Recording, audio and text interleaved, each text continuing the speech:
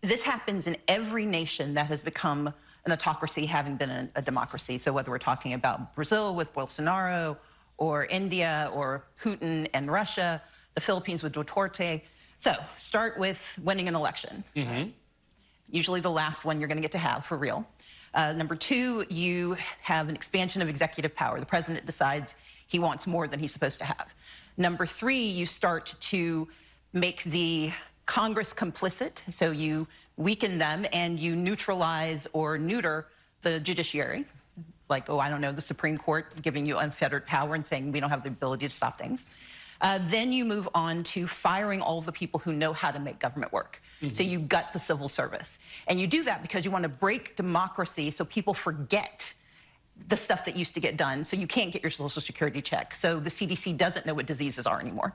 Then you put in place these loyalists, these people who are only responsive to you. You put them in charge of the FBI so they go after your enemies. You put them in charge of the Department of Justice, the Department of Defense, so they can signal to their friends and tell them all about the evil plans that you have.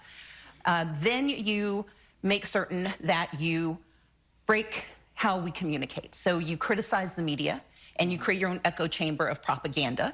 You call it truth even though you know you're lying. Then you go to the next step, and I call that step 7.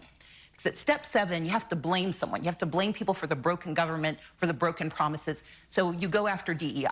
You go after the vulnerable, the dispossessed. You go after any community that doesn't look like what you think power should be.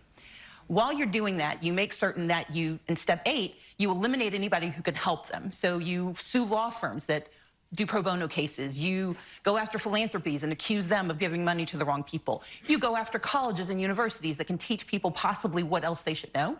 You get to step 9 and you start to encourage and incentivize private violence. You send the U.S. Marines into spaces they should not be. You send the National Guard in. You kidnap people off of the streets and pretend that's normal, because that's how you quiet dissent, because you make everyone afraid that if they don't do what you want, they might be next. And once you've done those 9 steps, step 10 is easy.